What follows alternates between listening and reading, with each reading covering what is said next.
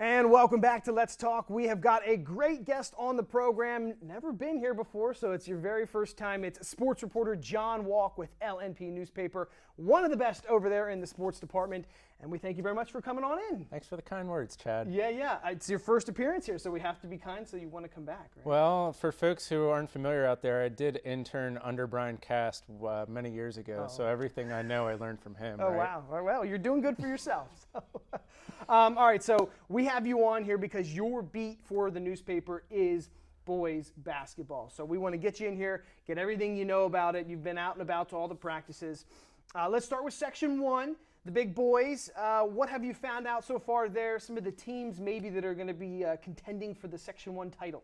Well, Cedar Crest is the early favorite for me there anyway. They bring back 4 of their top 6 scorers, including guard Blake Thompson and the 6'6" senior forward Cole Laney. They have a lot of returning talent. They had 15 wins last year. They are 2 years removed from that awesome run when Evan Horn was in town. Right. Now it's Logan Horn kind of steering the ship there. Okay. That's basically it. I mean, outside of that, you go down the line as far as Township, Hempfield, Lebanon's, Warwick, Conestoga Valley. They all bring back like 1 or 2 awesome guys, double-figure scorers, but there's a lot of new faces around them. So I'm going with Cedar Crest as my early pick there, but I could see a run either from Lebanon, Hempfield, Township, maybe Warwick, maybe McCaskey. We have to kind of wait and see the first couple weeks what they have there and the new faces. It is early, and obviously we are keeping an eye on Warwick and Conestoga Valley. Warwick has a bunch of new players, so we'll see what they have, and we'll have to kind of wait and see there. Moving to Section 2, I think Section 2 is going to be really fun. A ton of our local teams are in Section 2, but again, Section 2 has a lot of teams. They could all really challenge for the title, and you've been out to a bunch of them, so why don't you tell people kind of what you've found out? Yeah, so obviously I think everybody is familiar with Section 2, probably thinks Effort is their early favorite there. Coming off a 16-win season, a district qualifier, they bring back just about everybody from that team. However, the Mountaineers, brand new coach Jonathan Treese coming over from Muhlenberg, where he was a coach the last 4 years.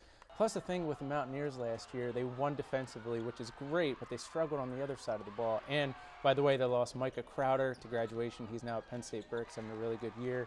And three-point shooter Brendan Holberter is gone as well. So yeah, while they bring back a ton of talent, they have a new coach and they're going to have to figure some things out offensively. But if they get that done, fine.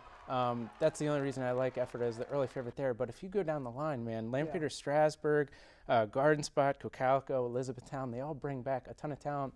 Oh, and by the way, Donegal, only 1 win last year, but they have a new coach, Kevin Dolan, previously coached at Elizabethtown. They bring back 4 of their starters. They get a transfer in from Columbia who averaged double figures. So the Indians are going to give people a run for the money too. So that whole section is stacked from top to bottom. Right, we really like Effort, obviously. A lot of the talent, we talked to them, they said that, you know, a lot of time spent together all the way up from 7th grade. So they're a tight-knit unit. I think they're going to be okay. Cocalico, I just like kind of the athletes that they have there. We should mention Aiden Trinosky, probably third-year starter. One of the better scorers in the LL League.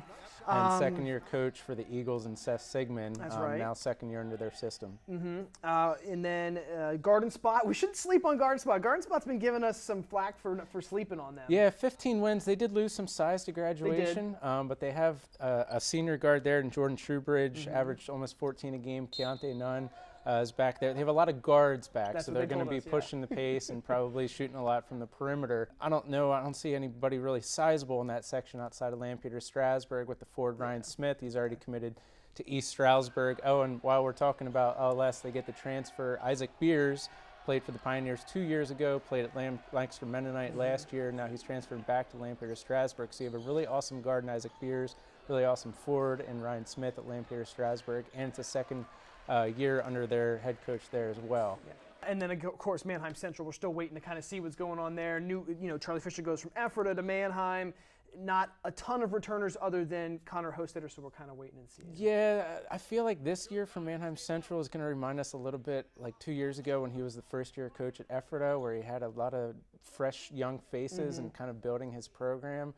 I don't know if they're going to crack the win column all that much this year, but I think it'll be interesting to see just the kind of growing pains that they go through and maybe look for them as a contender next year. Cool.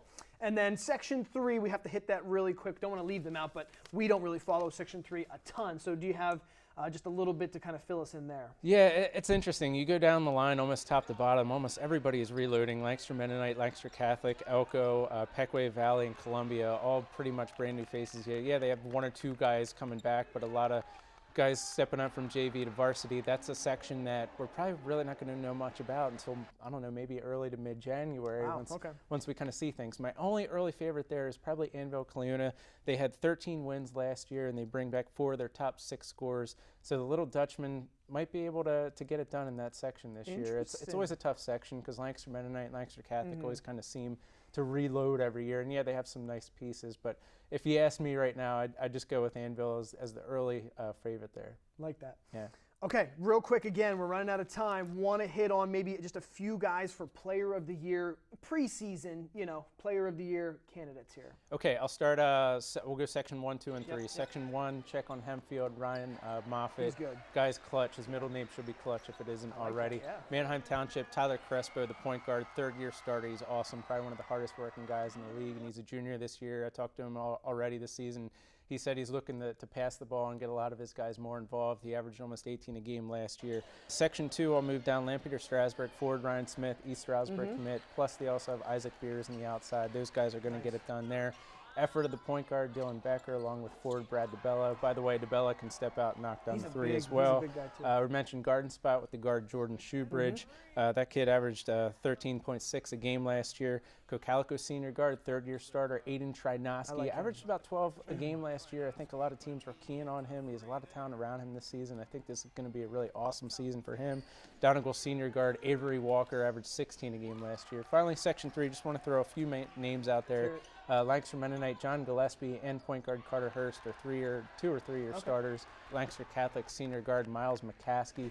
Love that name. Senior, he was basically their 6th man off the bench last year, and he's going to be, taking on an even bigger role this year. I really liked what I saw out of him last season, so I'm looking for him to take the next step. Awesome. All right. If they can kind of take a breath after I'm glad you could take a breath after that. All right. Thank you so much for coming in. If you guys want to follow all of John's work, we can go online to Lancaster Online and search the sports section, or you can go onto Twitter. He's on there a lot, at JWalkLNP. Thanks so much for coming in. Hey, thanks for having me. Hope you enjoyed your stay here. Hopefully that's all you need to know about the boys' teams, and now we will turn our attention to the girls. So stay tuned. Their preview is coming up after the break.